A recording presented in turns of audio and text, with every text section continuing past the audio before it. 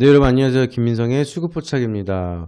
제가 지금 감기 걸려서 목소리가 좀 상태가 많이 안 좋은데 그거 감안하고 잘 들어주시길 바라도록 하겠습니다. 오늘 그래서 라이브 방송인데 이렇게 교육 영상으로 대체를 하면서 한 주 마무리하고 지금 시장에 대한 분위기 전반적으로 한번 체크를 드리도록 할게요. 일단은 코스피 지수랑 코스닥 지수 오늘 모두 양봉으로 상승하는 마무리가 나타났습니다. 그리고 제가 매일경제 방송에서도 말씀을 드렸는데 세린메이라고 얘기를 하죠. 5월은 파는 경우가 많다.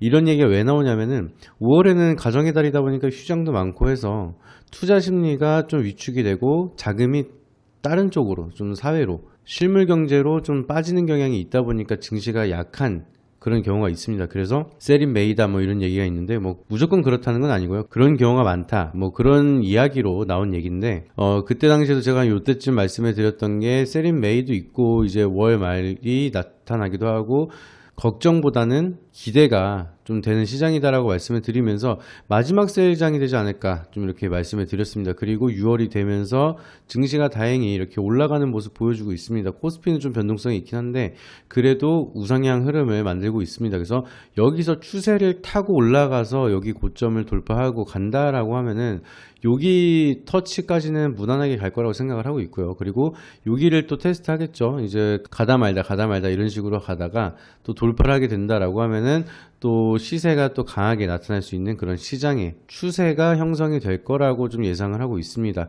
그렇게 생각한 이유가 지금 뭐 AI 관련된 이슈들도 굉장히 많고 또 금리 인하 기대감이 더 커지고 있습니다. 이번에 2년 만에 유럽에서 금리 인하를 먼저 시도를 했고 이번에 또 발표가 있는 고용지표 예상치를 하회한다. 지금 실업청구수당은 예상치를 상회했죠. 그래서 금리 인하에 대한 고용시장이 좀 안 좋아지면 금리 인하에 대한 기대감이 커진다.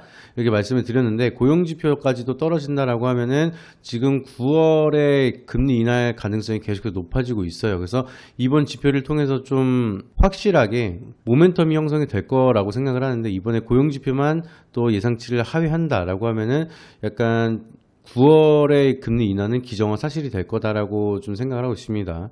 유럽이 먼저 스타트를 걸었기 때문에 언제까지나 고금리를 혼자서 미국이 유지할 수는 없기 때문에 미국도 낮추기 시작을 하고 유럽도 먼저 낮췄고 그러다 보면 한국도 낮추기 시작을 하면서 기술주에 대한 기대감 만들어지기 시작을 하겠죠. 그리고 제가 누누이 말씀드렸던 거 또 달러가 가격이 하락을 한다라고 하면은 원화가 상대적으로 다시 올라가면서 저렴하다라는 좀 특혜를 받을 수가 있는 상황이다. 그래서 이렇게 이어진다라고 하면은 미증시보다 오히려 한동안은 국내장이 먹을 게 많을 수도 있다. 이렇게 좀 생각을 하고 있습니다. 그래서 올해는 좀 특히나 좀 용기를 갖고 매매를 하자. 그리고 시장에 좀 더 집중을 하자라고 계속해서 말씀을 드리고 여기서 금투세까지 안 하고 사이클이 이어진다라고 하면은 예상보다 더 강한 상승 우리가 기대해 볼 수가 있다라고 말씀을 드렸죠. 그래서 전반적인 시장에 대한 흐름은 그렇고요.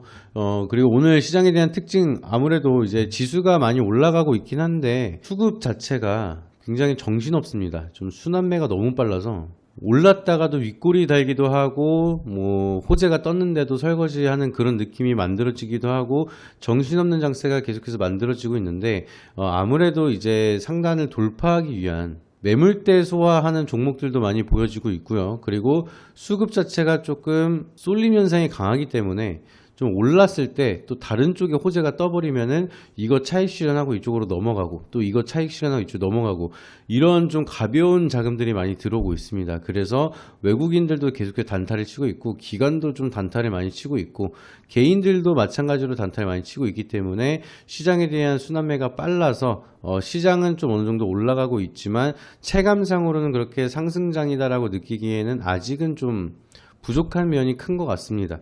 그래서 지금 또 시장이 좀 좋아질까 금리 인하에 대한 기대감이 만들어질까 하다가 대왕고래 테마가 또 만들어지면서 석유랑 가스 그리고 시추 이쪽에 대한 수급이 만들어지고 수급 쏠림이 들어갔다가 석유랑 가스 또 무너지고 시추 또 올라갔다가 또 털어버리고 장마판에 살짝 올려버리고 이렇게 변동성이 큰 흐름을 보여주고 있습니다. 그래서 기자회견을 저도 오늘 봤는데 결국에는 이제 이게 성공할 확률이 20%다. 그리고 뭐 20% 확률이 낮은 건 아니다. 이렇게 얘기를 해서 가스랑 이제 석유랑 이쪽으로 수급이 막 들어오면서 올라가기 시작을 했어요. 그래서 차트를 보시게 되면은 흥구석유가 이제 기자회견을 하기 시작을 하면서 막 올라갔다가 이제 내려갔다 이제 변동성을 보여주고 있다가 그리고 나서 다시 석상에 올라와 가지고 20% 확률에 대해서 조금 오해를 할 수도 있는데 반대로 생각하면 실패할 확률이 80%다. 이렇게 얘기를 하면서 이제 이렇게 막 떨어지기 시작을 했습니다. 그래서 기대감을 확실히 좀 꺾어버리는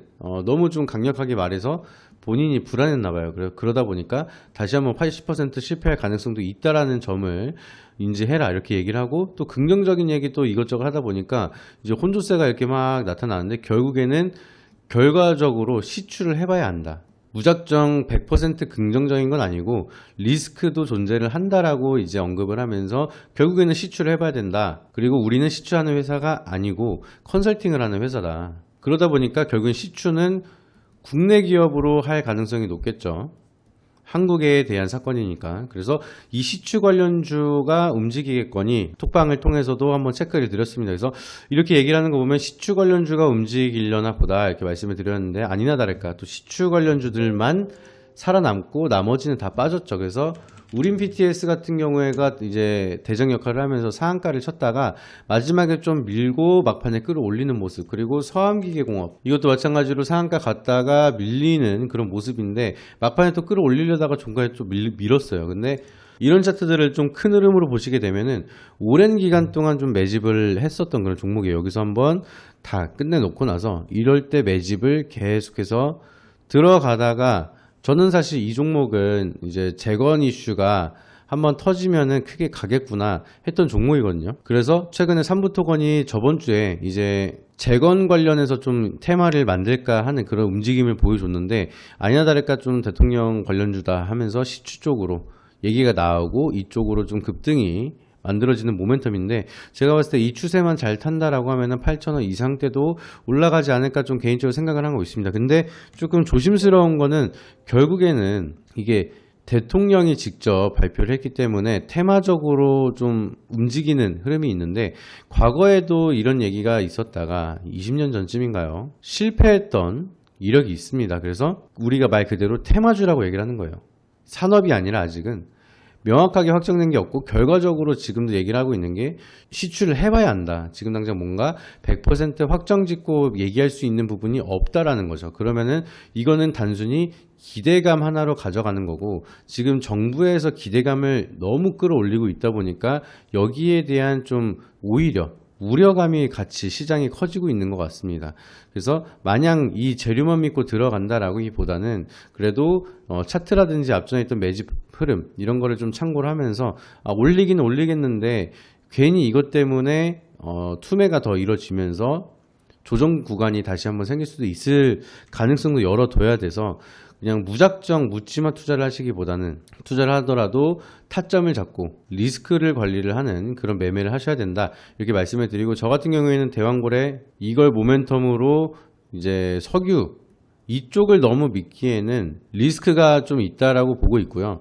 결국에는 내가 예를 들어서 여기 구간에서 잡았어요. 여기 구간에서 잡고 재건에 대한 테마를 잡고 들어갔는데 이렇게 떨어졌습니다. 떨어졌는데 나를 다시 한번 살려줄 수 있는 재료가 있느냐, 이제 재건이 한번 더 터질 수 있느냐, 가능성이 있죠. 그리고 시추 결국에는 이게 확정이 되기 전에 시추 쪽으로는 기대감을 이어갈 수 있느냐, 맞죠? 그러다 보니까 이걸 좀 긍정적으로 보면서 말씀을 드리는 건데 가스도 마찬가지예요. 천연가스 같은 경우에는 지금 뭐 AI 전력 소비가 막 이렇게 많이 들어가다 보니까 수소라든지 천연가스 이런 쪽으로 이제 사용량이 늘어날 거다, 수요가 급증할 거다라는 얘기가 있기 때문에 가스도 이렇게 좀 올라가다가 이제 이게 아니다라고 하면 밀림이 있겠지만 그리고 자리 잘 잡으면은 다시 한번 뭐 요런 AI 테마로 사이클이 만들어지면은 그래도 살려줄 기회는 있겠다. 좀 이런 거를 보셔야 돼요. 근데 그냥 단순하게 예를 들어서 서한기계공업이 시추밖에 없어요. 지금 만약에 올라갈 재료가.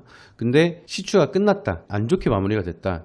라고 하면은 이거는 그냥 고점 찍고 내려와서 다시 올라가기가 굉장히 힘든 종목이 될 수가 있습니다. 그래서 나를 살려줄 수 있는 재료 모멘텀이 좀 뭐가 있는지 이런 거를 좀 체크를 하면서 이게 만약에 내가 샀는데 고꾸라졌다 그러면은 살려줄 재료가 있다라고 하면은 대응을 하셔야죠. 좀 평단가 관리하면서 시간이 걸리더라도 내가 좀 평당 관리 잘해서 수익으로 나오겠다.